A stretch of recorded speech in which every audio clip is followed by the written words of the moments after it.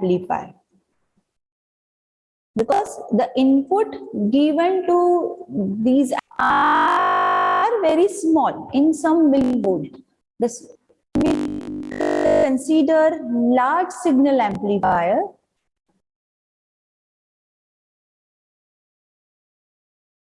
So name itself tells you the meaning of large signal amplifier.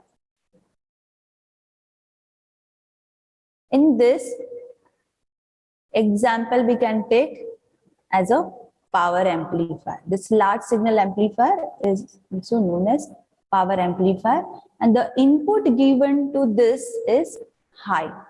So high voltage is given to this. So obviously your output is very high. Then why we are using this signal? Now generally in EDC1 we have studied CE amplifier, CB amplifier. These are considered as a small signal amplifier. Same circuit we can use other large signal amplifier also, but the difference is the type of transistor we are using. So in small signal we are also using BJT, then FET, MOSFET, right? These are the transistor we are using in small signal amplifier. Same way in large signal amplifier also we can use BJT and MOSFET, but the difference is we are using power transistor. Power transistor means power BJT, that is known as power BJT or power MOSFET. So it has the capability to handle the more power, right? Because why we are using power amplifier?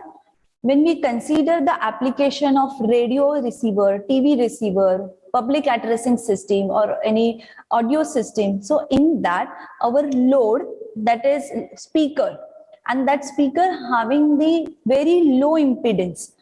So to match that impedance and to deliver the high power, which requires the high power, and that high power requirement is faithful with this large signal amplifier.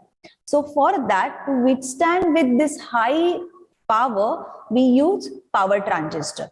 So when we use the power transistor and when we compare this, then this BJT, having the example BC147, then BFW11, this type of transistor you have used in this voltage amplifier, which is, if you compare the size, then its size is very small. In large signal amplifier, the power transistor such as ECN149, these are the different construction wise, if you see, it is very different, and size of this power transistor is large. Also, if you compare the beta value of this, so it has this small signal amplifier has large beta value, and in large signal amplifier the beta value of this power transistor is very small.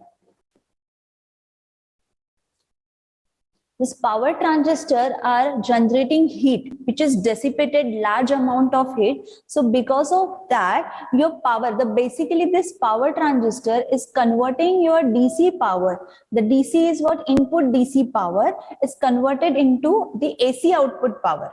So we try to use or utilize the maximum power at the output, which is given to the load. Right? But sometimes what happens? The heat is dissipated in terms. This power is dissipated in terms of heat. So your circuit or device become very. It is heated because of that. It generates some amount of heat, and to avoid the damage of the devices, we need the heat sink. So heat sink is not required in the small signal, but it is required in the large signal amplifier. The reason I have told you that this power transistor or power amplifier is generating the large amount of heat. So to minimize the heating effect, we use the heat sink.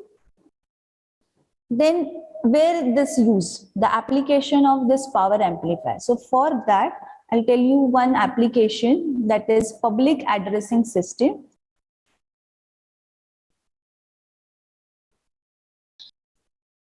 This public addressing system is also known as PA system.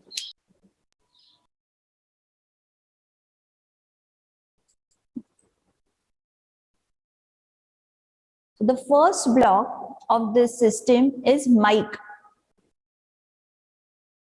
So microphone is used.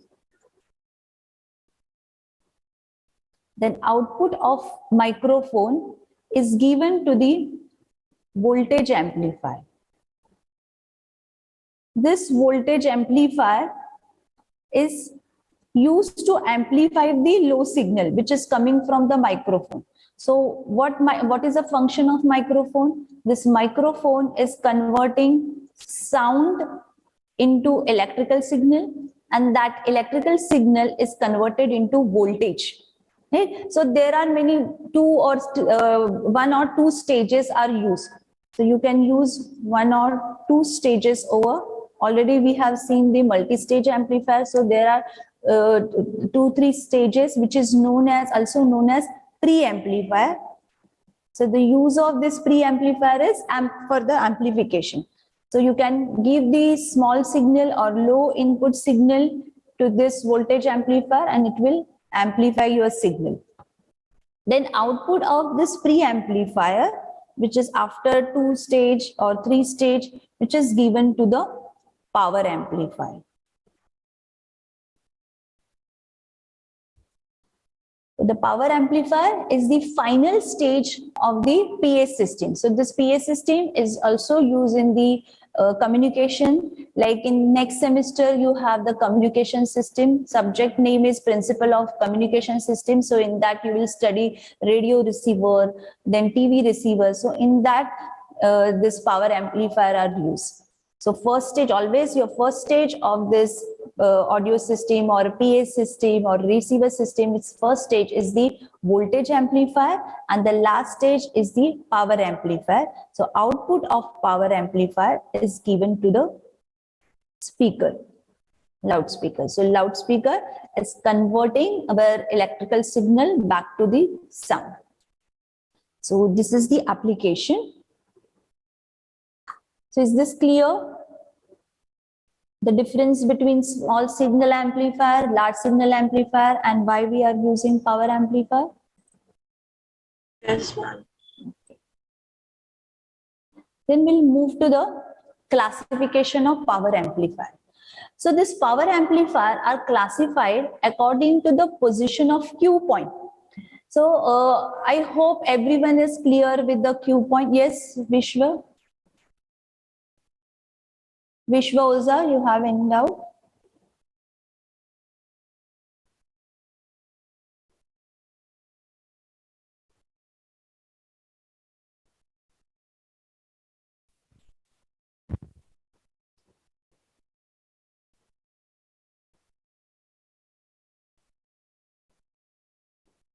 So there are different types, you can say, types of the power amplifier, and that types or this classification is depend on the position of Q point. So before that, you should know what is DC load line. So can you tell me what is DC load line? Can anyone tell me what is DC load line or what is Q point?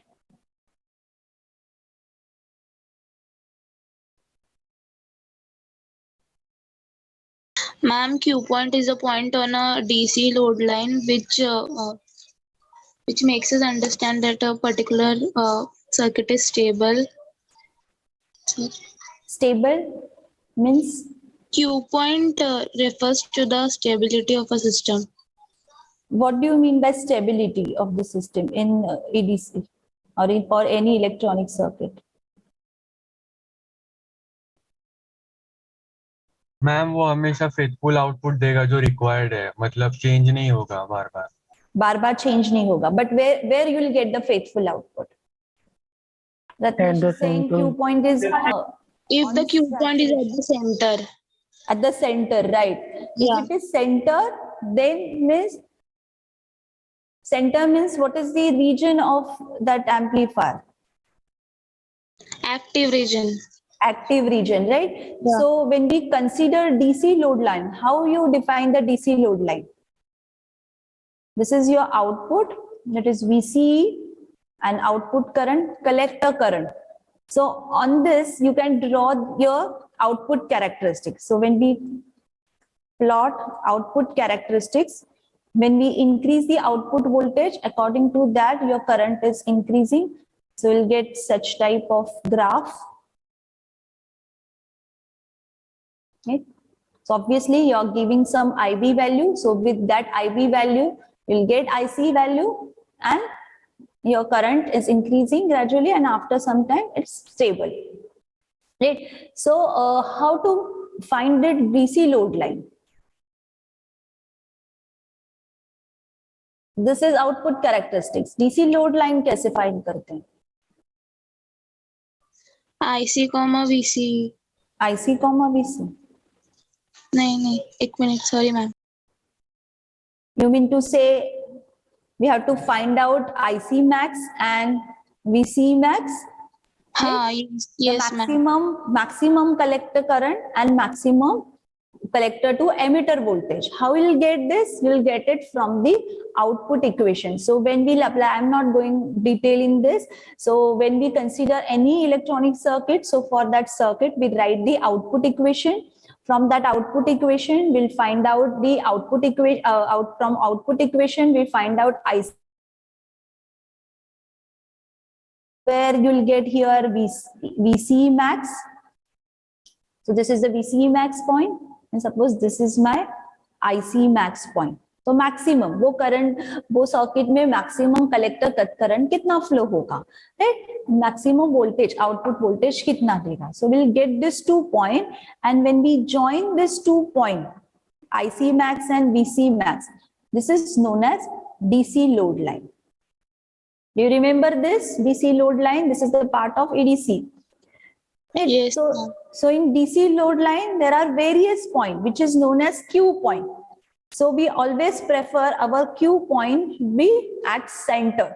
So when we consider this Q point is at center, means it is your amplifier is in active region. अगर Q point यहाँ पे होगा, अगर यहाँ पे कहीं है Q point, तो ये कौन सा region होगा?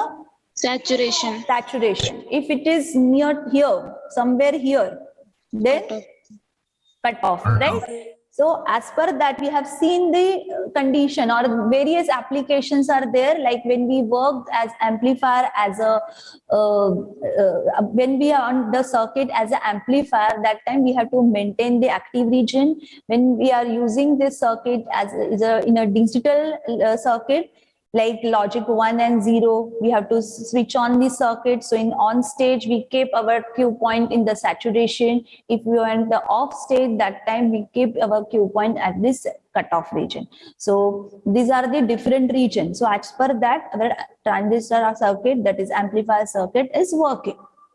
Right? So up till now you have studied this, and we have seen that to stabilize this Q point, क्योंकि अगर Q point यहाँ से कहीं भी shift हो गया, so there are chances that you will get the distortion, because also we have seen that when the Q point is at center, that time we'll get the faithful output, complete output मिलेगा. If it is in saturation, they are in the cutoff, we'll get the clipping of the signal.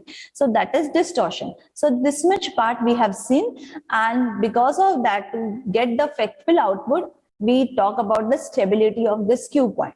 तो अब यहाँ पे क्या है?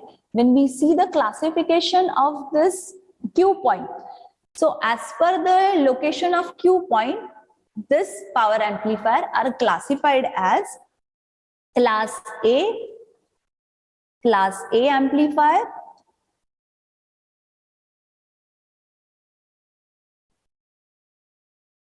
then class B amplifier, third type is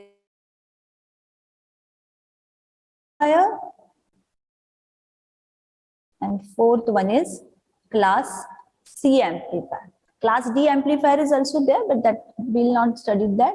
In our syllabus, we have this four type of the power amplifier, that is class A power amplifier, class B power amplifier, class AB power amplifier, and class C power amplifier.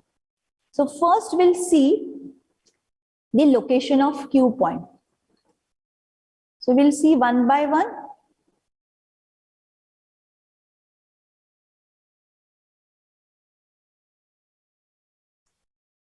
So again, I'll draw DC load line.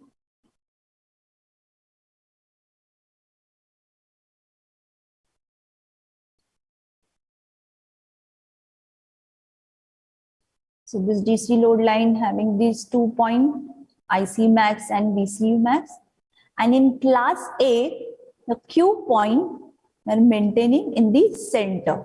So always remember your Q point is at center for class A.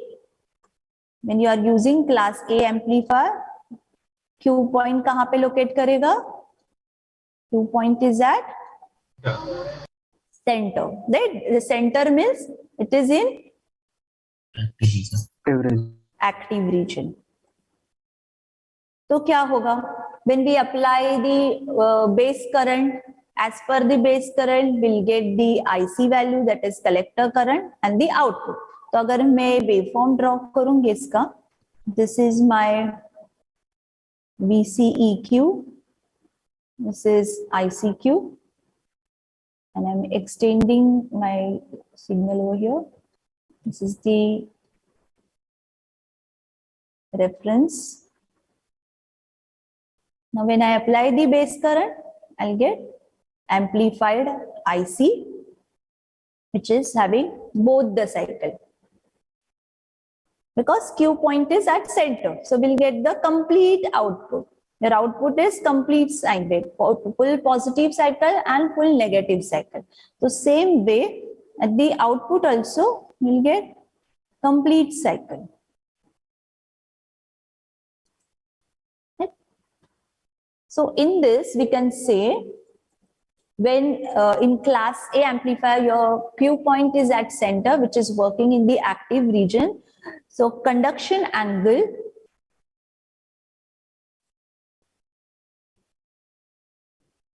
next point is conduction angle is 360 degree. 360 degree means when I consider this 0, then it is 90, 180, then 270 and 360. That is 2 pi. Also you can get 2 pi. Your output, you are getting the waveform, or your transistor is on for positive half cycle as well as for negative half cycle for complete signal. That is, it is conducting for 360 degree. Complete cycle के लिए on रहेगा.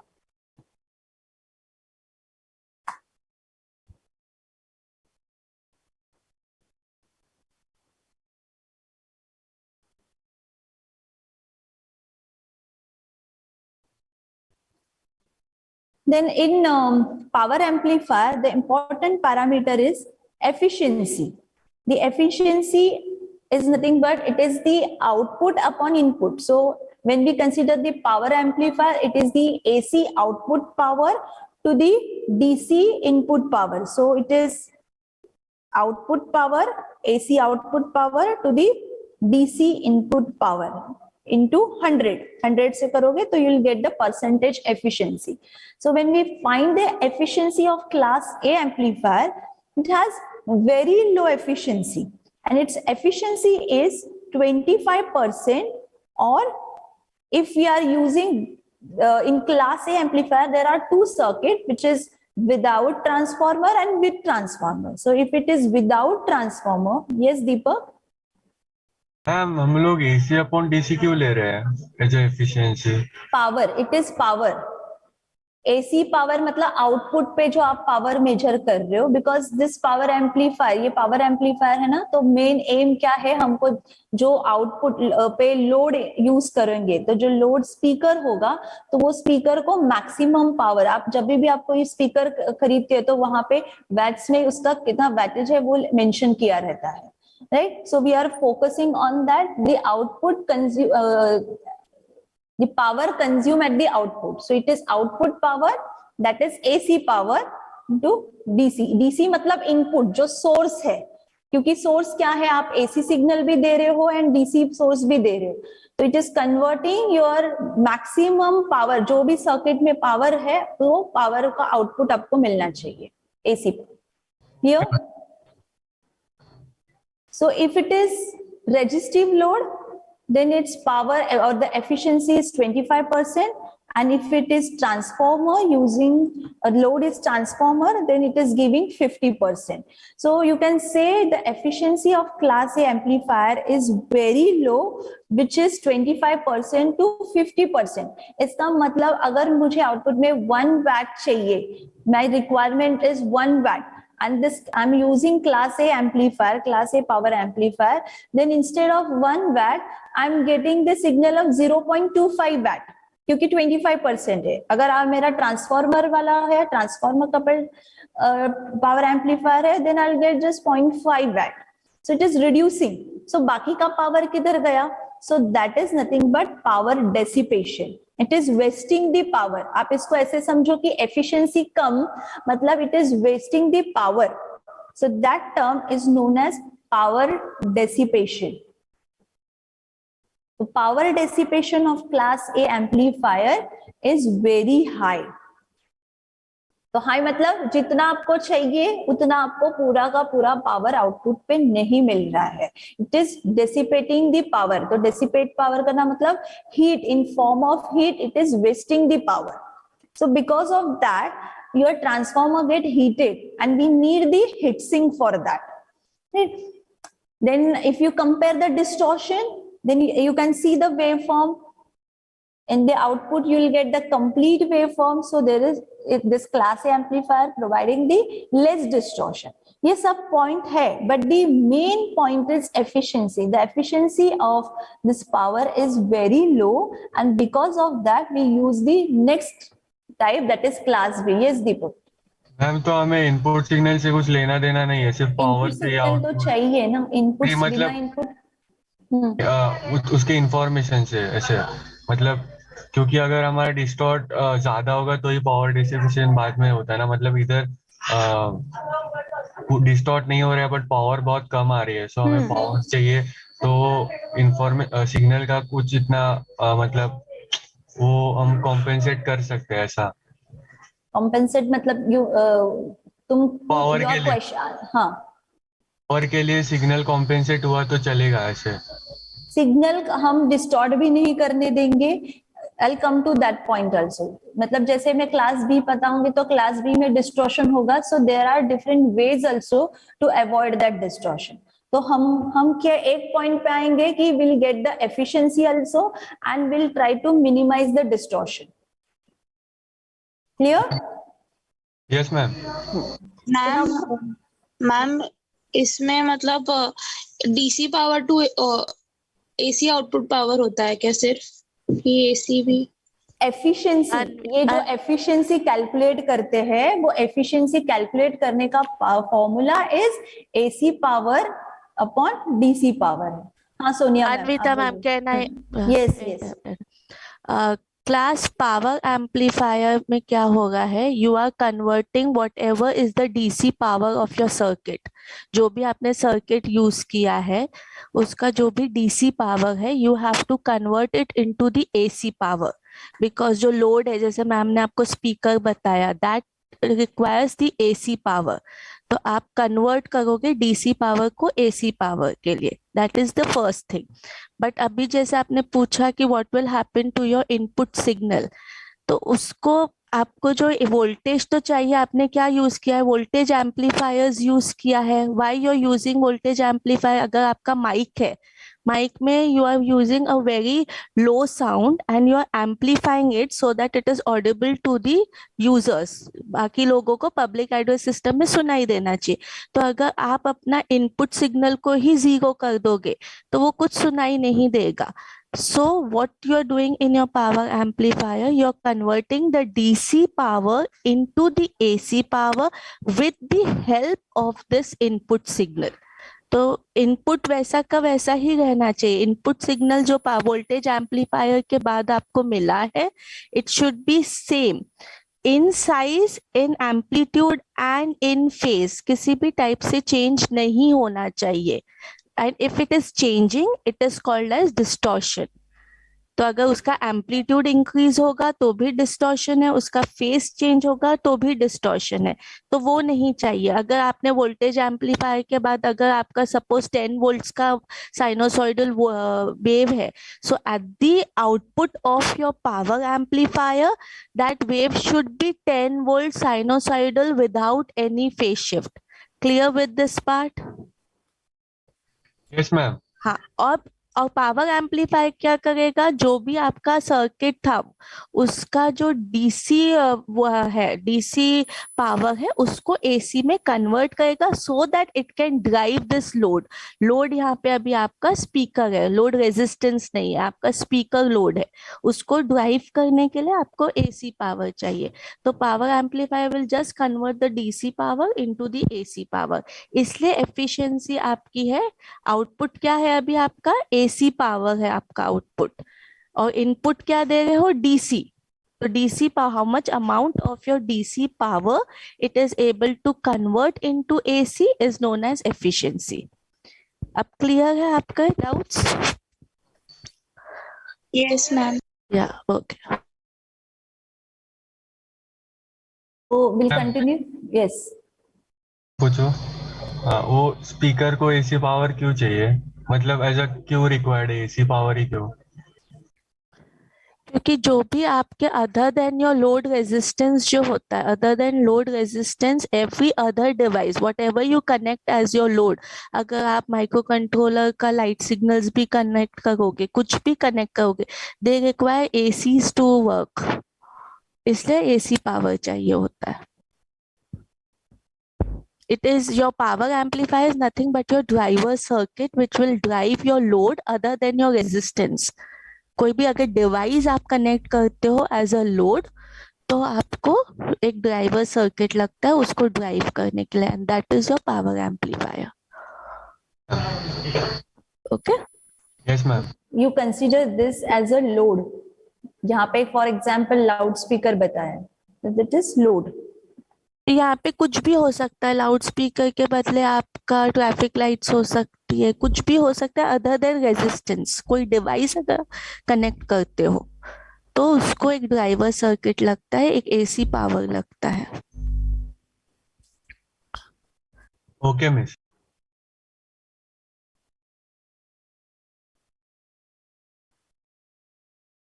So now we'll move to the class B amplifier. Like our aim is for the class B is to increase the efficiency, because class A amplifier is giving low efficiency, which is more than 50%. Actually, when we say 50% or 25%, it is maximum efficiency. But in the practically, when we consider any circuit, then efficiency is very low than that 50% or 25%. So next we'll move to the class B power amplifier. In class B power amplifier, your Q point is located at the cutoff region.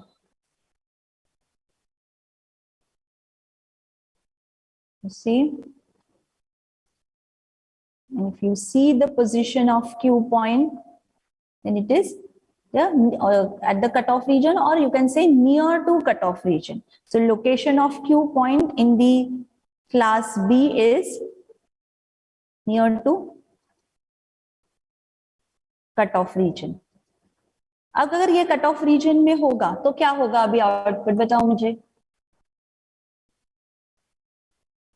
ये Q point है. अब मुझे wave form कैसे मिलेगी? When I give the base signal, input signal दोगे तो पहले तो क्या होगा, जैसे क्लास ए में when the Q point is at centre, तो आपने जो भी डीसी सिग्नल दिया है उसके हिसाब से आपका IC Q and VC Q की वैल्यू रहेगी ही. ऑलरेडी आपका ट्रांजिस्टर बायस रहेगा, and when we apply the AC signal as per that you will get the amplification. But class B में कैसा है, अभी ये ऑलरेडी कट ऑफ रीजन में है. So when we are giving the biasing, ऐसे आप डीसी सिग्नल देते हो, but if there is no AC signal you will not get anything. Your output is 0 because your transistor is in the cut off region.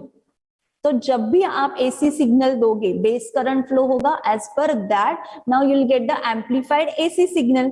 तो अब AC signal का positive cycle आपको complete मिलेगा till this IC max तक उसका limit है, so till that point you will get the signal. But what about the negative cycle? You get the negative cycle? No, right? So here already in the different region we have seen this, so your negative cycle is clipped over, right? So same at the output you will get only negative part, the half cycle.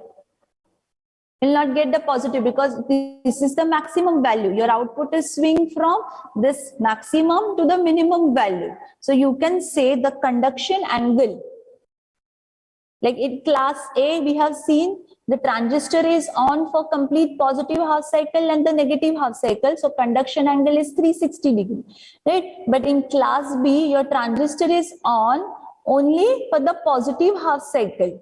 You can see you are getting the positive half cycle. So can we say the conduction angle is half? 180. That is 180.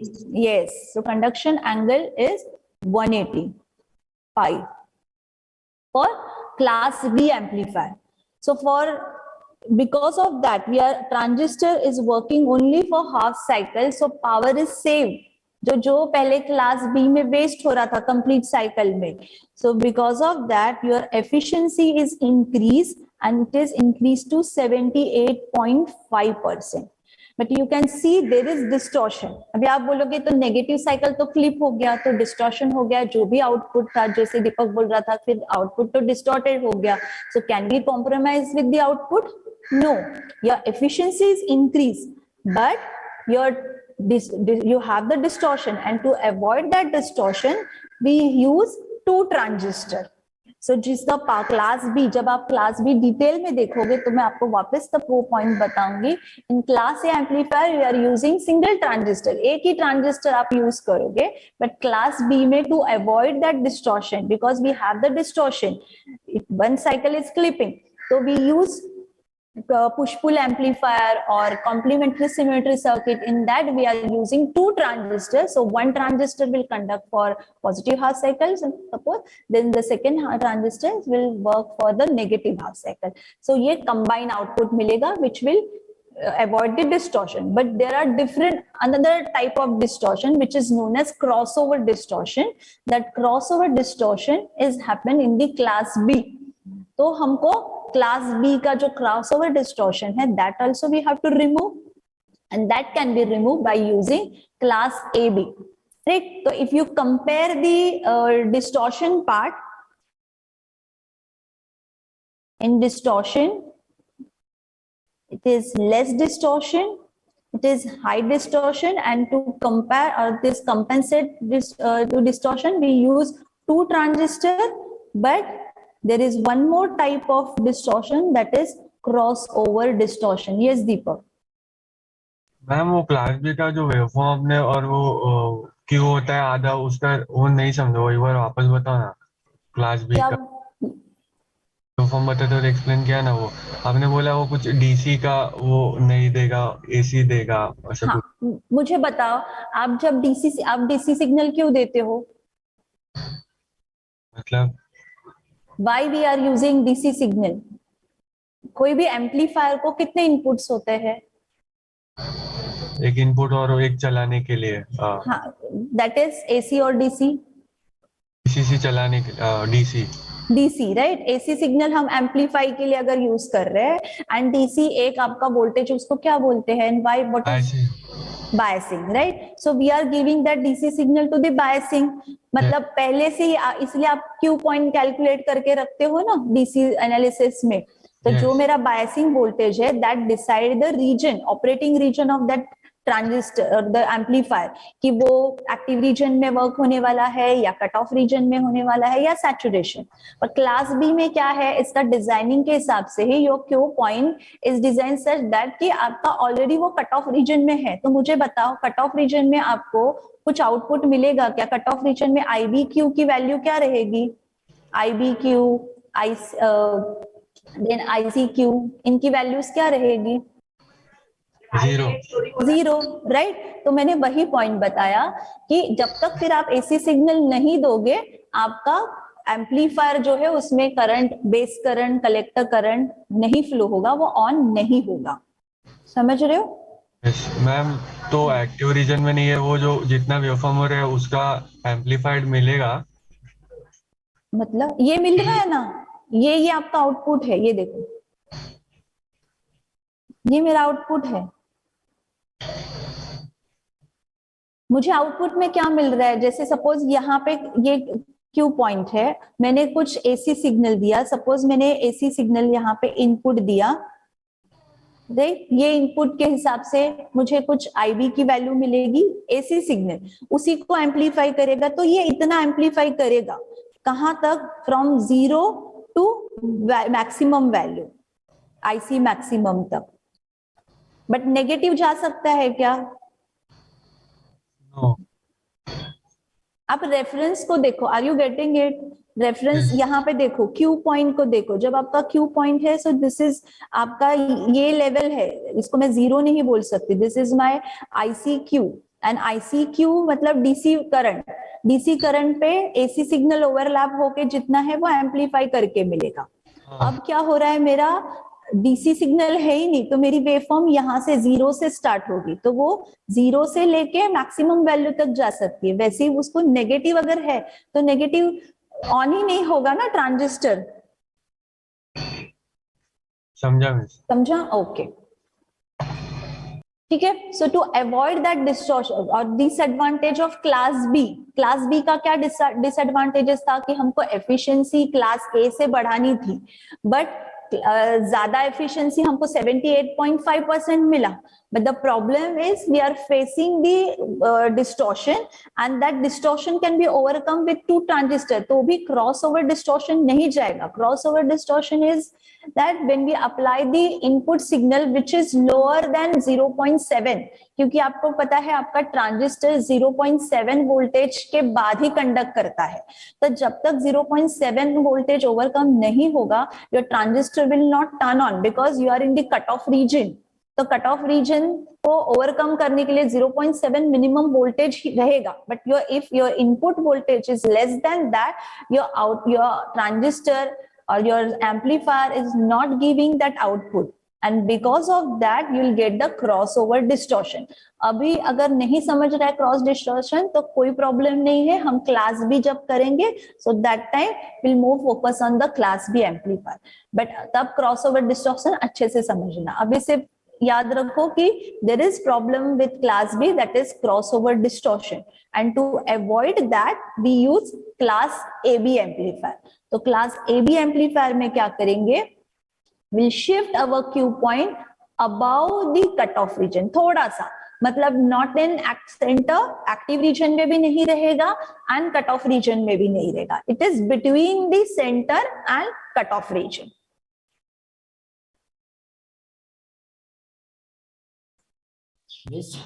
Class B का power dissipation low रहेगा ना?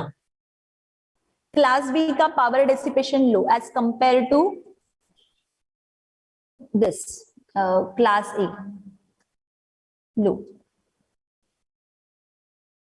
क्योंकि इसमें आपका energy, आप इसको ऐसे समझो कि जितना एफिशिएंसी ज्यादा उतना पावर डिसिपेशन कम। एफिशिएंसी मतलब जैसे आप बोलोगे मार्क्स के टर्म्स में आप बोलते हो, तो तुम्हारे अगर 100% मार्क्स है तो you are achieving highest position, right. अगर तुमको मार्क्स कम मिल रहे, 80% मार्क मिल रहा है, तो तुम्हारा एफिशिएंसी 80% है, तो 20% जो है वो तुम्हारा लॉस्ट है, राइट। तो दैट 20% क्या होगा, पावर डिसिपेशन। क्लियर? तो जितना एफिशिएंसी ज्यादा उतना पावर डिसिपेशन कम, एंड एफिशिएंसी कम होगा तो पावर डिसिपेशन ज्यादा।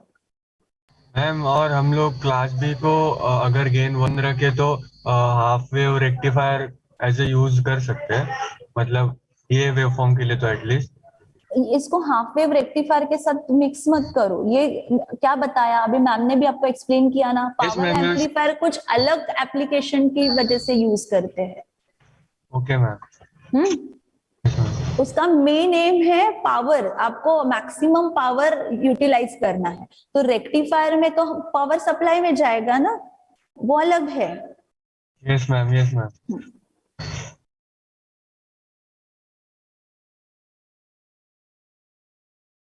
Same DC load line, again we consider the maximum value of voltage and current, and now here we consider our Q point is between cutoff and active region.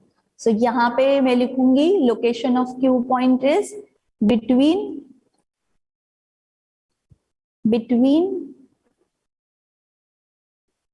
center and cut off region. मतलब यहाँ पे आपका अगर suppose centre है, ये centre है तो बस, और ये कट ऑफ है, तो ये दोनों के बीच में कहीं भी, ऐसा नहीं कि एग्जैक्टली बीच में लिखना, you can say about cut off region भी बोल सकते हैं इसको, right, about cut off region, थोड़ा कट ऑफ रीजन के ऊपर। तो अब यहाँ पे देखते हैं इसकी वेव फॉर्म कैसे मिलेंगी। So will draw the references for this. अब क्या होगा बताओ मुझे, कंडक्शन एंगल क्या होगा, फिर आप ही सोच के बताओ।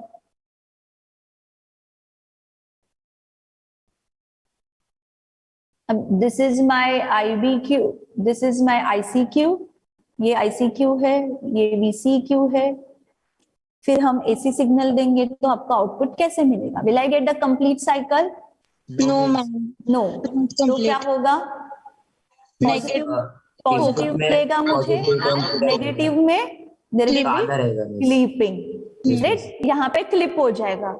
ये देखो यहाँ पे ये जीरो लाइन है तो उसके नीचे नहीं जाएगा। दिस इज माय रेफरेंस, मेरा सिग्नल जब भी मैं AC सिग्नल दूंगी it will start from this ICQ and ये आउटपुट स्विंग होगा मैक्सिमम वैल्यू तक। जब वो नेगेटिव जाएगा तो नेगेटिव का 0 तक ही जा सकता है, उसके नीचे नहीं जाएगा।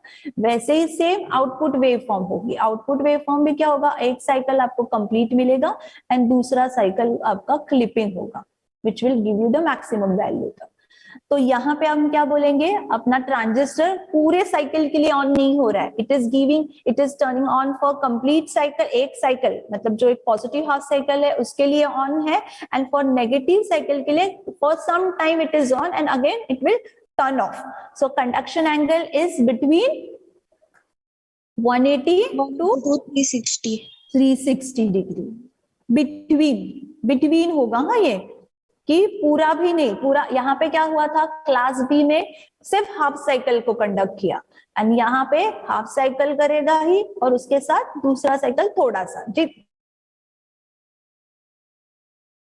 कितना ऊपर नीचे है उसके हिसाब से। सो बिकॉज ऑफ दैट, अब मुझे बताओ एफिशिएंसी फिर कितना होगा। नाम भी देखो इसका A and AB है, means it is why the name is given class AB amplifier, because it is between A and B। A का था Q point is at center, B का था Q point is at cut off, तो ये दोनों का बीच वाला ट्रांजिस्टर एम्पलीफायर है, दैट इज क्लास AB। तो इसका conduction angle is between 180, means you can say not less than 180 and not more than 360। 360 से ज्यादा भी नहीं एंड 180 से कम भी नहीं कर रहे, right, between this two value. तो एफिशिएंसी कितना होगा, बढ़ जाएगा थोड़ा, बढ़ जाएगा नहीं, एफिशिएंसी क्लास A से बढ़ जाएगा। If you compare with class A तो क्लास A से बढ़ेगा, but if you compare with class B तो मैम मतलब कंडक्शन एंगल और एफिशिएंसी का कोई रिलेशन नहीं है? है ना रिलेशन। ये देखो ना, यहाँ पे क्या हो रहा था, कंडक्शन फुल था, फुल साइकिल के लिए 360 डिग्री कंडक्शन एंगल था। It is conducting for complete cycle, complete cycle के लिए कंडक्ट कर रहा था। आपका पावर डेसिपेशन ज्यादा था इसलिए एफिशिएंसी कम था, 25% to 50। अब हम क्या कर रहे हैं, क्लास B में कंडक्शन एंगल कम किया, बट उसकी वजह से क्या हुआ, आपका डिस्टॉर्शन बढ़ गया है, एफिशिएंसी बढ़ गई है, राइट। तो हमने क्लास B मतलब और थोड़ा पीछे, तो पीछे आ गया, मतलब कंडक्शन एंगल हमने 360 भी नहीं रखा है एंड 180 भी नहीं रखा है। 180 करते तो वापस हाफ साइकिल को ही देता, right. To avoid the crossover distortion हम क्या करते हैं, थोड़ा इसको बायसिंग वोल्टेज देते हैं। जितना क्रॉस ओवर वोल्टेज के लिए मैंने बताया कि 0.7 वोल्टेज इसका बिलो जो भी आउटपुट होगा वो कंडक्ट नहीं करेगा. So similarly we are providing that biasing voltage. तो उसकी वजह से क्या होगा, आपका क्यू पॉइंट थोड़ा सा ऊपर शिफ्ट हो जाएगा. ऊपर मतलब कट ऑफ के ऊपर. तो your conduction angle is between 180 to 360. अगर 180 हो गया तो वो क्लास बी हो जाएगा, 360 हुआ तो वो क्लास ए हो जाएगा. राइट तो हम उसके बीच में ही, दोनों के बीच में, तो उसके हिसाब से आपका कंडक्शन एंगल क्या है, एक पॉजिटिव हाफ साइकिल के लिए भी दे रहा है एंड दूसरा हाफ साइकिल का सम पार्ट. तो आपका एफिशिएंसी क्लास ए से इंप्रूव होगा बट क्लास बी से थोड़ा कम ही होगा, क्योंकि क्लास बी का 180 एंगल होता है तो ही वो आपको 78.5 देता है. एंड पावर डेसिपेशन देखोगे तो power dissipation moderate between this again A and B का, क्योंकि मैंने क्या बोला, power dissipation is inversely proportional to the efficiency. Clear? Yes ma'am. अब हमको नेक्स्ट देखना है class C amplifier. So class C amplifier is use for the high efficiency. ये और एफिशिएंसी अगर आपको चाहिए. डिस्टॉर्शन क्या होगा क्लास ए बी में? क्लास ए बी में डिस्टॉर्शन मतलब यहाँ पे जो क्लिपिंग है ना, दैट इज डिस्टॉर्शन. थोड़ा distortion, you can say the distortion is less compare to class B. Means very less होगा ना फिर? क्लास ए में सबसे कम है ना, क्योंकि क्लास होगा. ए में हाँ मॉडरेट. क्लास बी में क्या हुआ, फुल एक साइकिल रिप्लेस हुआ है आपका. एंड कंपैरेटिवली अगर आप देखोगे तो क्लास बी के साथ कंपेयर करोगे तो क्लास ए बी का distortion is less, because we are overcoming that crossover distortion also. Clear? Yes, miss. Next, class C. In class C amplifier, our Q point is below cutoff कर रहे. मतलब आपको ये समझना कि अभी यहाँ पे एफिशिएंसी अगर आपको बढ़ाना है तो क्यू पॉइंट का लोकेशन कितना इंपॉर्टेंट है. सो जो आपका डीसी लोड लाइन है,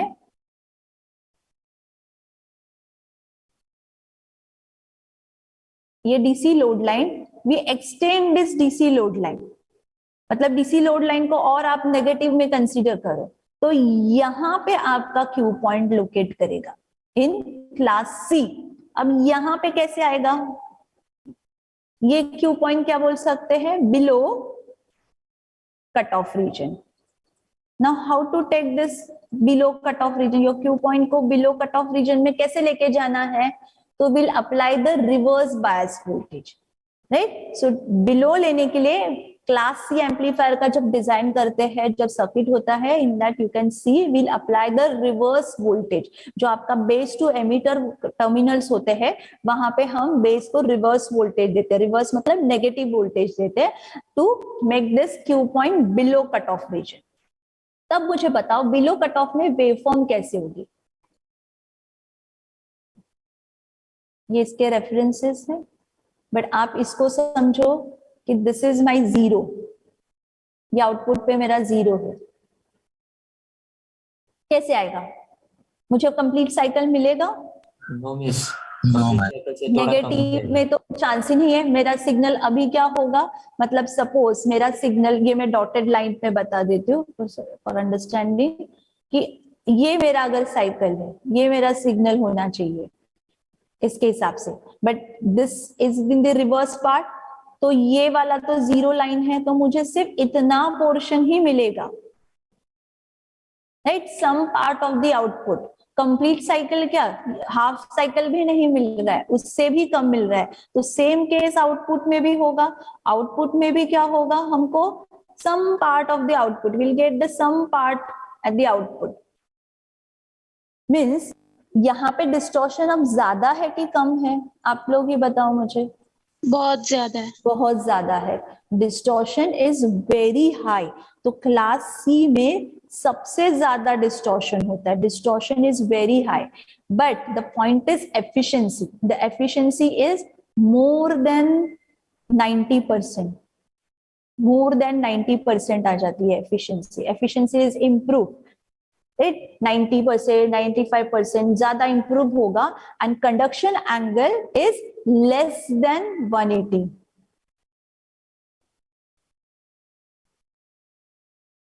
कंडक्शन एंगल लेस देन 180।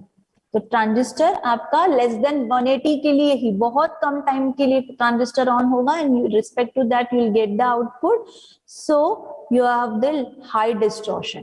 तो आप बोलोगे अरे फिर क्लास सी एम्पलीफायर कहाँ पे यूज करोगे? तो क्लास सी आपको जहां पे आरएफ सिग्नल, क्लास सी के साथ हमेशा आपको ट्यून सर्किट या टैन सर्किट यूज करना पड़ता है। Tank circuit is the parallel combination of capacitor and inductor. तो जो भी है ये current pulse, you will get the output in the form of pulses, and that pulses get converted into that tank circuit. तो class C amplifier में हमेशा आपको tune circuit use करना है to avoid that distortion. So power dissipation क्या होगा? जैसे हमने इधर मॉडरेट लिखा, इधर क्या होगा power dissipation? Very high. How high? No sorry, less. Less, क्योंकि एफिशिएंसी इज मोर। मतलब मैंने 90% बोला, तो आपका 90% तो पावर ही जनरेट हो रहा है, परसेंट जो है आपका पावर डेसिपेशन है। 10% giving you highest efficiency, but the problem is you cannot use for audio system। तो इसको हम सिर्फ RF सिग्नल, जहां पे आपको कम्युनिकेशन में पल्सेस जनरेट करनी है, कम्युनिकेशन में RF सर्किट्स में ही यूज किया जाता है इसको। So it has the limitation. Clear with all the classification? Any doubt? Ma'am but फिर except for class A B, class B, class A B and class C, इसका सबका distortion तो है, मतलब there is some distortion in B, A B and C. तो इसमें मतलब 2 transistors use करने पड़ेंगे क्या? Class B and class A B में 2 ट्रांजिस्टर यूज करते हैं to avoid that distortion, but class C में हम टैन सर्किट यूज करते हैं। Okay ma'am. क्लास सी हम लोग प्रैक्टिकल में कवर करने वाले हैं, तो अभी जो आपका प्रैक्टिकल है वो कंप्लीट होने के बाद will move to the class C amplifier का प्रैक्टिकल, तो वहां पे आपको और क्लियर हो जाएगा। Yes Malcolm. Ma'am, can you explain that crossover distortion again, ma'am, please? Okay.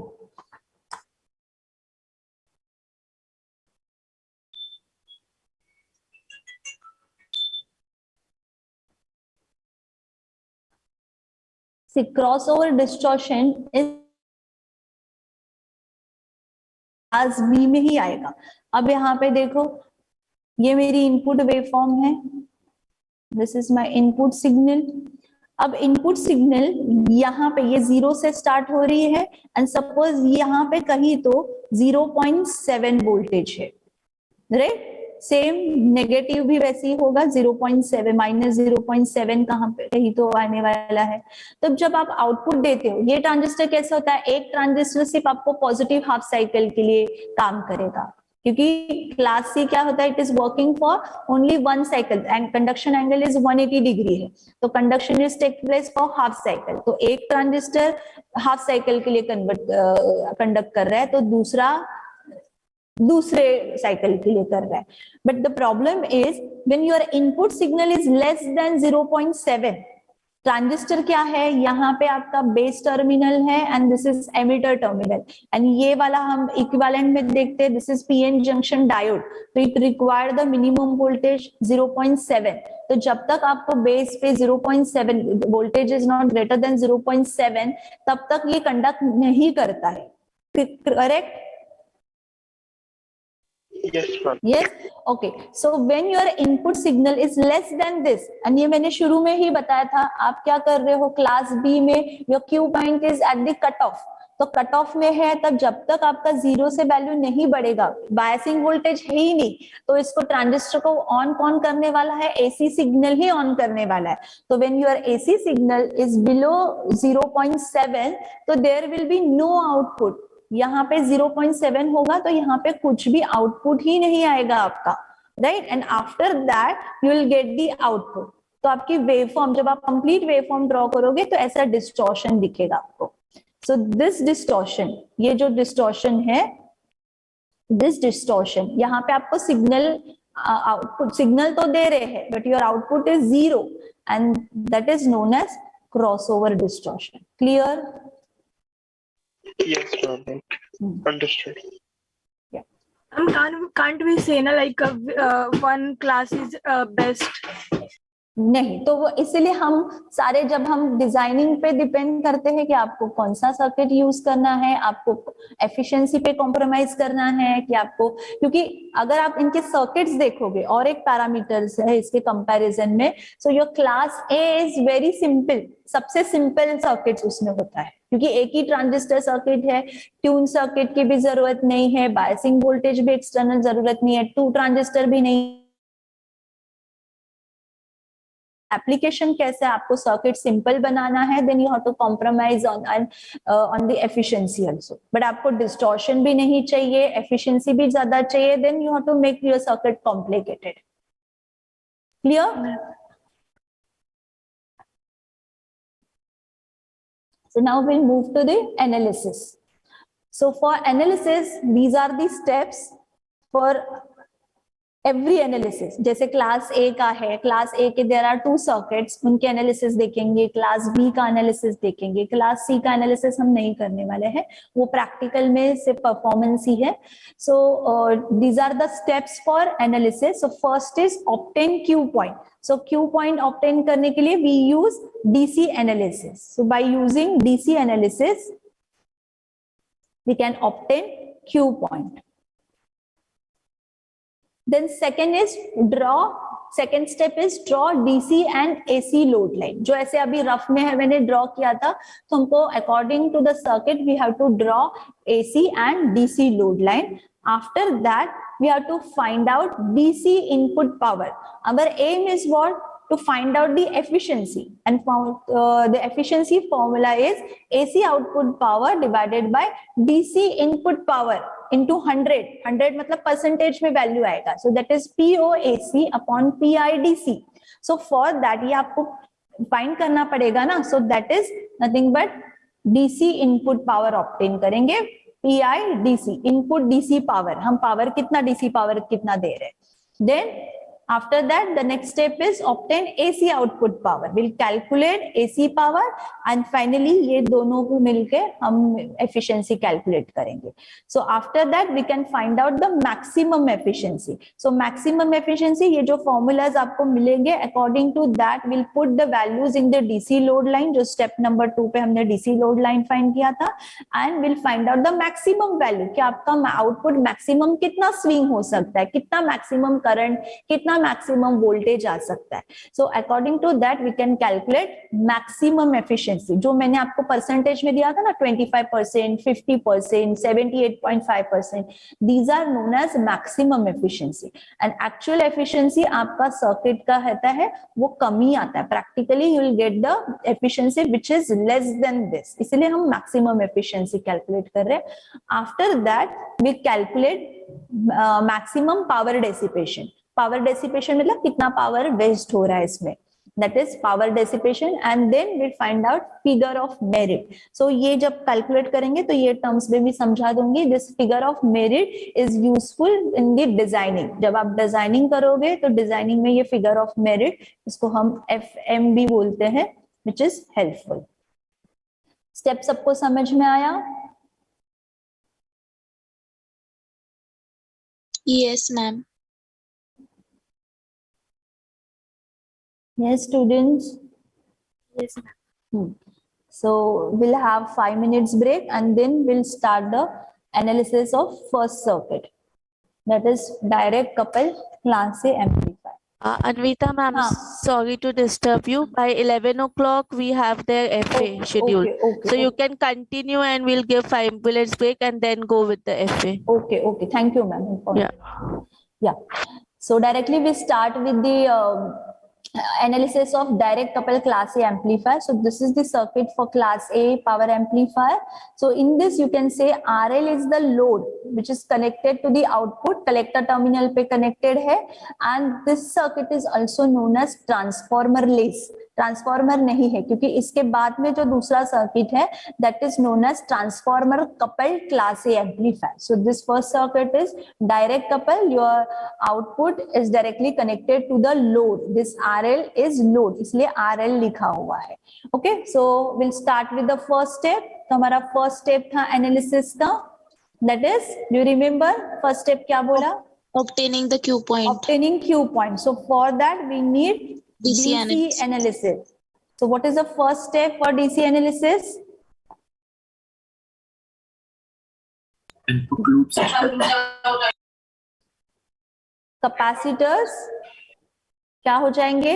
अभी यहाँ पे आप, you can see there are two capacitor, input capacitor, input coupling capacitor and output coupling capacitor. So these two coupling capacitor act as a open or short? Open, right? In DC analysis this capacitor act as a open circuit. तो आपका सिर्फ इतना ही circuit बचेगा, ये वाला portion.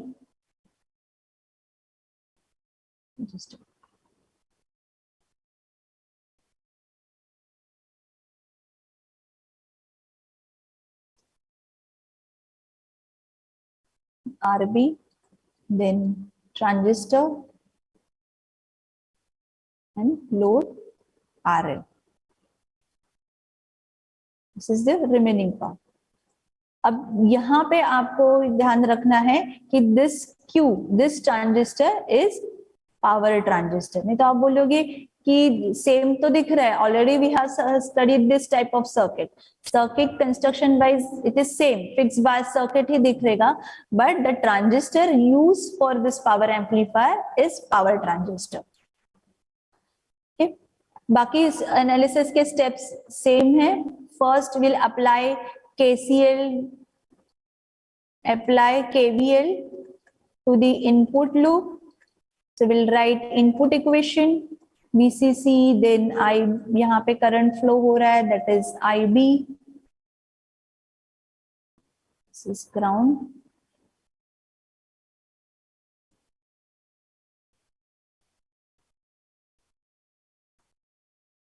And write VCC minus IBQ, you can consider IBQ into RB minus VBE upon equal to 0.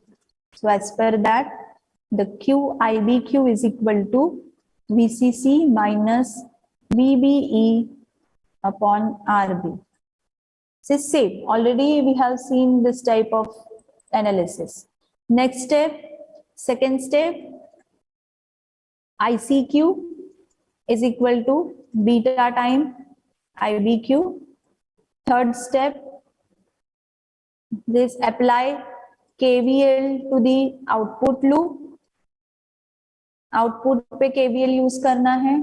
So this is my output and the current is ICQ.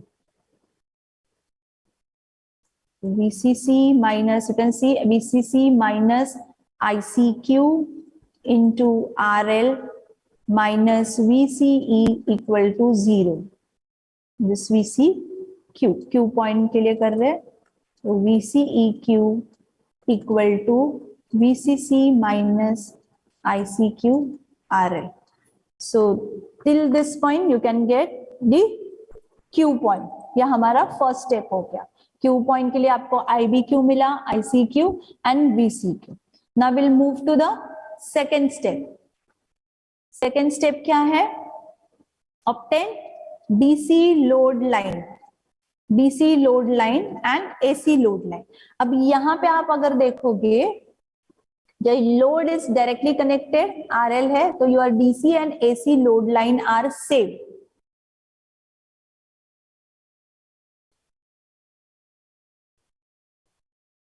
And for load line we need output equation. So output equation same जो ऊपर लिखा है वही लिखे रहे, VCC minus ICRL minus VCE equal to 0. This is the output equation. Output equation. Yes. Why is this same DC and AC load line over here? क्योंकि DC load line और AC load line कैसे find करते हैं?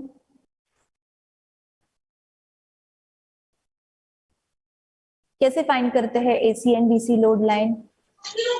DC will be ICQ and VC. Output equation से ही आता है ना आपका इक्वेशन। आप जब डीसी लोड लाइन कंसीडर करते हो that time you consider only DC signal, and जब आप एसी सिग्नल करोगे तो एसी सिग्नल। तो यहाँ पे देखो एसी सिग्नल दोगे तो ये कैपेसिटर शॉर्ट हो जाएगा, एंड आप एसी सिग्नल दोगे, सर्किट में कुछ भी चेंज नहीं होगा आपका। जब लोड आता है, इधर लोड रहता है ना आउटपुट पे, तो कैपेसिटर शॉर्ट होने पे आरएल एंड फिर ये वाला लोड, आउटपुट का लोड पैरेलल आ जाता है। सो that time your output equation will get change. यहाँ पे output equation AC and DC का सेम ही रहने वाला है, तो इसीलिए उसका डीसी लोड लाइन भी सेम ही रहेगा। क्लियर? Yes, ma'am. अगर डीसी यहाँ पे लोड रहता तो इक्वेशन चेंज होती, सो दैट टाइम आप एसी और डीसी लोड लाइन के स्लोप दोनों इक्वेशन चेंज होते। अभी दोनों का इक्वेशन सेम है तो डीसी लोड लाइन भी सेम ही आएगी।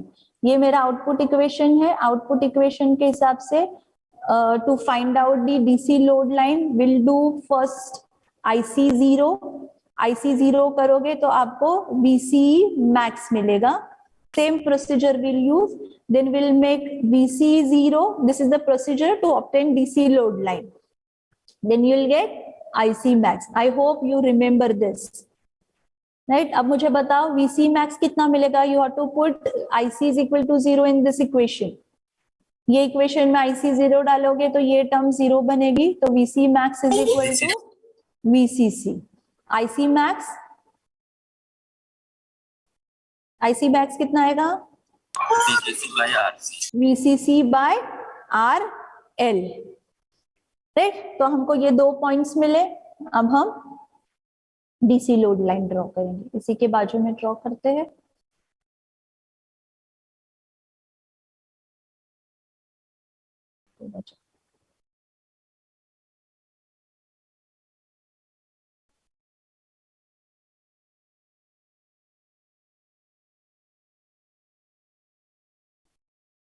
This is my output voltage VCE, output current IC, then the line joining this 2 point, this is my IC max, this is my VCE max। अब VCE max की value कितनी है? VCC, and IC max is VCC upon RL। ठीक है, ये clear है सबको? अब हमारा Q पॉइंट किधर होना चाहिए? यस, क्विकली सेंटर में, बिकॉज हम क्लास A एम्पलीफायर कर रहे हैं, तो क्लास A एम्पलीफायर का सर्किट ही ऐसा रहेगा कि Q पॉइंट आपका सेंटर में होगा। तो अगर मेरा Q पॉइंट सेंटर में होगा तो मेरा VCEQ का वैल्यू कितना होगा? ये सेंटर में है, half of VCC, right? Half of VCC, ये पूरा VCC, तो ये हाफ पॉइंट है तो half of VCC। Same case, this is my ICQ, तो इसका half, even I can write this is 2 ICQ, right? Double, इसका डबल। आप इसको हाफ भी करके लिख सकते हो या डबल भी, ऐसे same, one and the same. तो मैंने दोनों जगह पे अलग अलग लिखा, यहाँ पे मैंने VCQ लिखा and VCQ is equal to VCC, so this is half of VCC, this is ICQ which is half of IC max। तो IC max अगर VCC by RL है तो ICQ is VCC by 2 RL होगा, and your IC max is 2 ICQ। ठीक है, तो यहाँ पे अपना स्टेप नंबर 2 हो गया। देन स्टेप नंबर 3 करते हैं। What is step number 3? Obtain DC power, DC input power, PDC। हमको पावर चाहिए, DC का power. So power is always calculated, that is the product of voltage and current। तो हमको voltage लगेगा, तो voltage source is VCC into current IC average. कितना average current flow हो रहा है। अब इसके हिसाब से अगर आप वेवफॉर्म देखोगे तो this is my reference, according to that my output waveform I can draw like this. swing till maximum IC max to the minimum 0। ये इसका मैक्सिमम वैल्यू है and this is 0। Same way at the output side voltage लोगे तो your output is swing from VCQ to 0, then again back to VCQ to VCC, ये VCC तक होगा, correct. तो average value मतलब आपकी ये वैल्यू मैक्सिमम आईसी मैक्स तक जा रही है and this is going to 0, तो इसका एवरेज लोगे तो that average value is IC Q. We can substitute VCC into IC, average is ICQ. So this is the formula ये एवरेज का value for ICQ. Yes, ma'am ये average का वापस बताओ ना। एवरेज वैल्यू मतलब IC जो आपका वैल्यू है, एवरेज ICQ कितना होगा, तो ऑलरेडी आपका Q पॉइंट आपने बायस किया हुआ है, तो आपका ICQ DC वोल्टेज की वजह से आएगा। फिर आपका AC वैल्यू कुछ भी आने दो, या आप समझो कि मेरा AC सिग्नल नहीं भी है तो मेरा IC कलेक्टर करंट कितना होगा, अगर ये मैंने सिग्नल दिया ही नहीं, एसी सिग्नल नहीं दिया, सिर्फ मैंने डीसी सिग्नल दिया है, तो मेरा कलेक्टर कितना होगा, collector current IC Q, right. Same अगर मैंने सिग्नल दिया भी तो मेरा सिग्नल एसी सिग्नल क्या होता है, सेम पीक आता है, मतलब मेरा पॉजिटिव वैल्यू जाएगा, सेम नेगेटिव वैल्यू जाएगा। तो पॉजिटिव साइकिल की जो मैग्नीट्यूड है, नेगेटिव साइकिल की, वो एक दूसरे को अपोजिट होती है, तो एवरेज वैल्यू वापस आपको आईसी क्यू ही मिलेगा। क्लियर? हाँ समझा मैं। हाँ, मैं थोड़ा फास्ट जा रही हूँ क्योंकि फिर आपका एफए का टाइमिंग हो रहा है, बट जो भी अगर डाउट होगा you can ask. Next step number 4, that is output AC power. हमें अभी पीएसी चाहिए, सो पीएसी के लिए भी वापस हमको आउटपुट देखना है। तो यहाँ पे आउटपुट क्या है, आउटपुट इज योर आरएल। ये आरएल जो है आप वहां पे आउटपुट ले रहे हैं, बट आपको आउटपुट क्या है, एसी में है, बट आप मेजर करोगे तो आपको एसी में आउटपुट चाहिए। तो first formula is VL is voltage across load which is having RMS value into the current, RL is the load current which is having RMS value. तो अगर ये RMS वैल्यू है तो हमको पिक वैल्यू चाहिए। सो इसकी पिक वैल्यू क्या है, अगर मुझे पिक वैल्यू चाहिए, पिक वैल्यू, तो मुझे क्या करना पड़ेगा, VRMS is equal to V peak upon √2। तो √2 में हम वैल्यू, एक मिनट,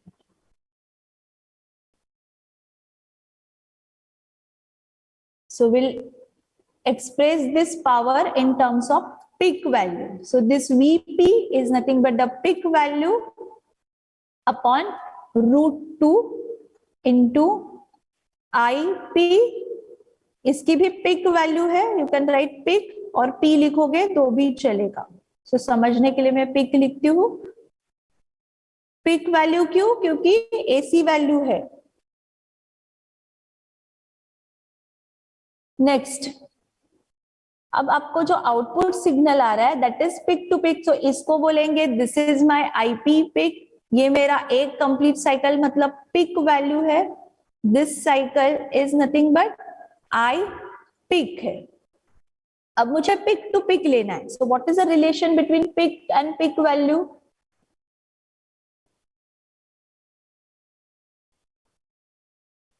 आई पिक, या same thing for voltage peak also. एक पिक मतलब ये पिक, एंड आप सेकेंड साइकिल भी करोगे तो that is peak to peak. This is one IP, this is second IP. So according to that, your peak to peak value is 2 IP. सबको clear हुआ? Is this clear? 2 कैसे वो? हाँ Yeah. तो we can write peak to peak. So we peak to peak into I peak to peak. नीचे क्या है denominator में √2 मल्टीप्लाई बाय √2. सो ऑलरेडी वो आपका 2 आंसर आएगा। Then peak to peak convert कर रहे हैं तो that is also get divided, तो 2 into 2। Ma'am peak to peak क्यों किया? पिक टू पिक किया क्योंकि आपको जो सिग्नल है ये हम क्यों कर रहे हैं कैलकुलेशन में बताते हूँ। ऐसे एसी सिग्नल हमने कंसीडर किया है, हमको नेक्स्ट स्टेप नंबर 5 क्या है? What is step number 5? We have to calculate the efficiency. Efficiency, and efficiency में हमको पीएसी अपॉन पीडीसी करना है। तो एक वैल्यू ये डीसी में है ना, वीसीसी अपॉन आईसीक्यू। तो we are trying to express our AC signal in terms of DC की जो वैल्यूज है उस पे लेके आने वाले हैं हम लोग, इसलिए हम पिक टू पिक वैल्यू डालते हैं। समझा? हाँ समझा भी। ये इक्वेशन सबको क्लियर हुआ? यहां तक सबको क्लियर हुआ? नेक्स्ट हमारा peak to peak. So peak to peak को we can write maximum value minus minimum value, maximum voltage. Peak to peak मतलब क्या होता है ये देखो, पिक टू पिक का मतलब होता है ये maximum value, this is maximum. मतलब अगर मैं करंट के इक्वेशन में लिखूंगी तो this is I max and this is I minimum. Ma'am Yes? Ma'am last जो भी इक्वेशन है ना वो वापस बताना, वो नहीं समझा कैसे कौन सा है। वाला? B peak to I peak to peak वो वाला। ये Anvita वाला। ma'am, Anvita ma'am, 11 o'clock we have our FA. Yes. It's 10:55. Okay. Ma'am, can we complete this and after that we can So start? should I delay it by 5 minutes, the Yes. FA? Okay, ma'am. Okay. Yes. Yes, Mansi. See, ये value कोई भी अगर मैं वापस voltage के term या current के term में सेम आप ही मुझे बताते जाओ तो आपको समझ रहा है कि नहीं मुझे भी पता चलेगा। ये देखो 0 से वेव फॉर्म स्टार्ट हो गई, ये आपको एसी सिग्नल आएगा, इसको क्या बोलेंगे हम लोग? This is one peak. Yes और नो? यस। हाँ, अब यही same wave form negative cycle में भी आपको दिखेगी, वो नेगेटिव रहेगा। इसको भी क्या बोलोगे? इसको माइनस पिक बोलोगे। हाँ। तो पिक टू पिक मतलब मैक्सिमम टू मिनिमम, ये पूरा पिक टू पिक वैल्यू। मतलब अगर मैं ये लिखती हूँ यहाँ पे ये 2 है, ये पिक वैल्यू 2 है, तो मेरा पिक टू पिक कितना होगा? पिक टू पिक कितना आएगा? ये 2 है, वैसे इधर भी नेगेटिव में 2 रहेगा, तो पिक टू पिक कितना आया? ये पूरा सिग्नल कितना आएगा? 2 समथिंग 2 into 2 2 VP। कैसे? 2 तो पिक है ना। जब आपको प्रैक्टिकल में भी देखो आपको सिग्नल देने के लिए बोलते हैं तो क्या बोलते हैं? एक तो बोलते हैं 2 वोल्ट का सिग्नल। लास्ट टाइम भी अगर आपने प्रैक्टिकल किया होगा तो उसमें बोला होगा कि 1 volt peak to peak signal देना है। 1 वोल्ट पिक टू पिक मतलब यहां से लेके यहां तक पूरा इसका वैल्यू 1 वोल्ट होना चाहिए। तो पिक वैल्यू कितनी हुई? 0.5 एंड 0.5, तो कंप्लीट पिक टू पिक हुआ ना? हाँ। यस और नो? हाँ। अगर मैंने बोला 1 volt signal, 1 volt peak signal, अगर ये सिर्फ 1 वोल्ट पिक सिग्नल है तो यहां से लेके यहां तक 1 वोल्ट है, फिर से -1, तो पिक टू पिक कितनी हुई? 2 करेक्ट। मतलब वो उसकी half value is twice of peak value. तो अगर मुझे पिक वैल्यू को, यहाँ पे देखो ये पिक वैल्यू को मैं पिक टू पिक में कन्वर्ट कर रही हूँ तो मैं डिवाइड करूंगी ना। समझा? हाँ। तो वैसे ही पिक टू पिक को और हम कैसे लिख सकते हैं कि ये maximum value minus minimum value. मतलब सेम एग्जांपल को आप पकड़ो, ये अगर ये यहाँ पे मैंने 2 लिखा है, दिस इज -2, तो मैं V max minus V min लिखूंगी। तो V max कितना है? V max इज सपोज +2 है, माइनस V min कितना आएगा? -2। तो ये हो जाएगा आंसर +2, ये ब्रैकेट में आके +2, तो इट इज +4। तो वैल्यू बराबर आ गई आपकी 4 पिक टू पिक। करेक्ट? हाँ। तो सेम वे इसी को पिक टू पिक को हमने लिखा V max minus V min into I को भी हम वैसे ही लिख रहे हैं I max minus I min divided by 8। Clear? Clear? Ma'am. This is equation number 2। ये मेरा PAC का वैल्यू है। अब मुझे क्या चाहिए, मुझे एफिशिएंसी कैलकुलेट करनी है। एफिशिएंसी कैलकुलेट के लिए formula is, the next number is 5। efficiency, percentage efficiency, this is the sign of efficiency, percentage efficiency, efficiency equal to PAC upon PDC।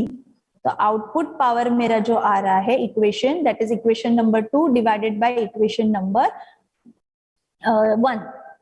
So V max minus V min into I max minus I mean divided by 8, this equation divided by 1 PDC value। तो PDC value if you see equation number 1, यहां पे है equation number 1, VCC into ICQ।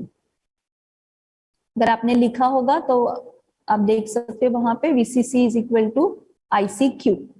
ठीक है, यहां तक हो गए। This is the formula for efficiency. आपको ये फॉर्मूला में वैल्यूज पुट करने के बाद you will get the efficiency and into 100, तो परसेंटेज में आएगा, यहाँ पे भी इनटू 100। बट हमें क्या चाहिए, मैक्सिमम एफिशिएंसी। मैक्सिमम एफिशिएंसी के लिए we put the maximum value, कितना स्विंग होगा। तो नोट डाउन दिस स्टेप। अब मैं क्या कर रही हूँ, V max and V min will move to the DC load line. Please everyone make note this. ये मेरी वोल्टेज वेवफॉर्म है, आउटपुट वेवफॉर्म। इसको देखो, ये वेवफॉर्म यहां से, ये रेफरेंस है VCQ, यहां से स्विंग हो रही है नेगेटिव पे, ये स्टिल 0, देन वापस ये बैक हो रही है सेंटर पॉइंट पे, अगेन ये मैक्सिमम जा रही है VC मैक्स तक, एंड अगेन ये रेफरेंस, ये कंटिन्यूशन हो रही है। तो मुझे बताओ ये आउटपुट आपका कौन से वोल्टेज में स्विंग हो रहा है? VC max and VC min में। VC max and VC min मतलब minimum 0 and maximum VCC। Minimum value ये 0 है ना, यहाँ पे वोल्टेज की मिनिमम वैल्यू 0 है, ये 0 origin value, and maximum value कितना है, VCC। वैसे ही करंट के लिए देखो, करंट के लिए मिनिमम वैल्यू क्या आएगा, मिनिमम वैल्यू मतलब यहाँ पे मिनिमम वैल्यू क्या है, 0, एंड मैक्सिमम वैल्यू क्या है, IC max। IC max, that is 2 ICQ, correct? Yes। Yes. So we'll substitute that value.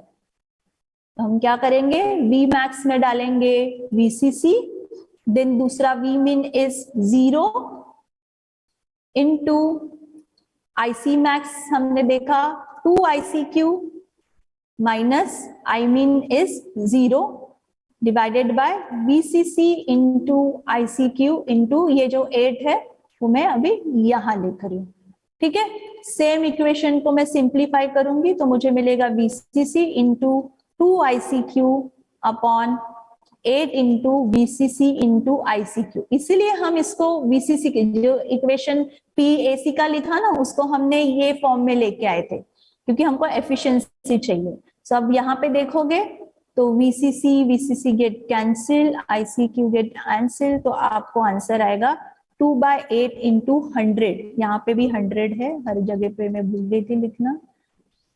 Okay, तो कितना आएगा एफिशिएंसी, 25%। Percentage efficiency is 25%। 25%।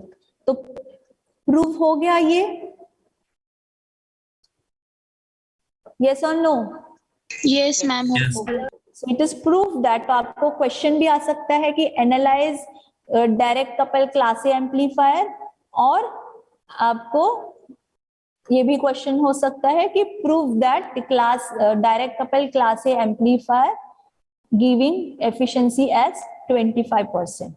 ठीक है, तो इसके बाद 2 और पॉइंट रह गए हैं, power dissipation and FA, but we have the time for this FA, so we'll stop here till this point. Do you have any doubt? No, ma'am. Okay. So in the next class, we'll continue with the power dissipation and figure of merit, and then we'll see the next analysis. Okay.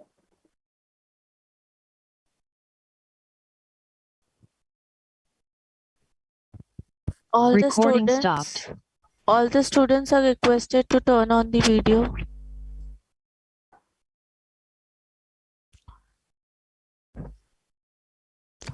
Your FA will be it is scheduled from 11:05 till 11:30. So take care that you're submitting everything by 11:30. It is MCQ, but you have to solve the questions. So keep your calculators and everything ready because it's numericals. You have to solve and select the proper answer. All of you, please turn on the video.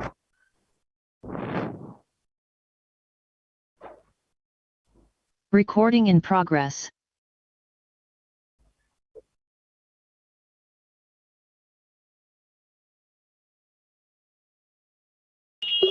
Ma'am, I've joined in from my mobile. I'll join in from my other device soon, ma'am. Can you? Okay, okay.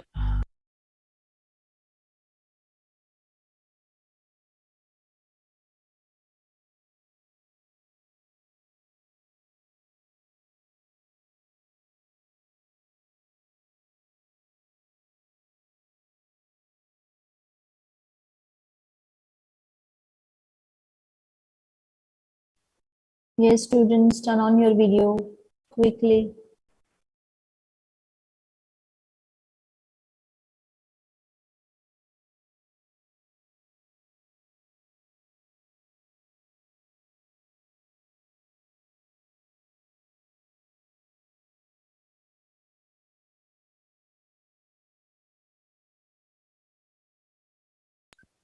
Uh, can you see the assignment?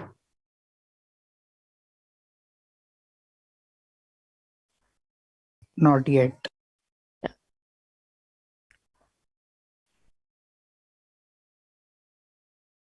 Ma'am,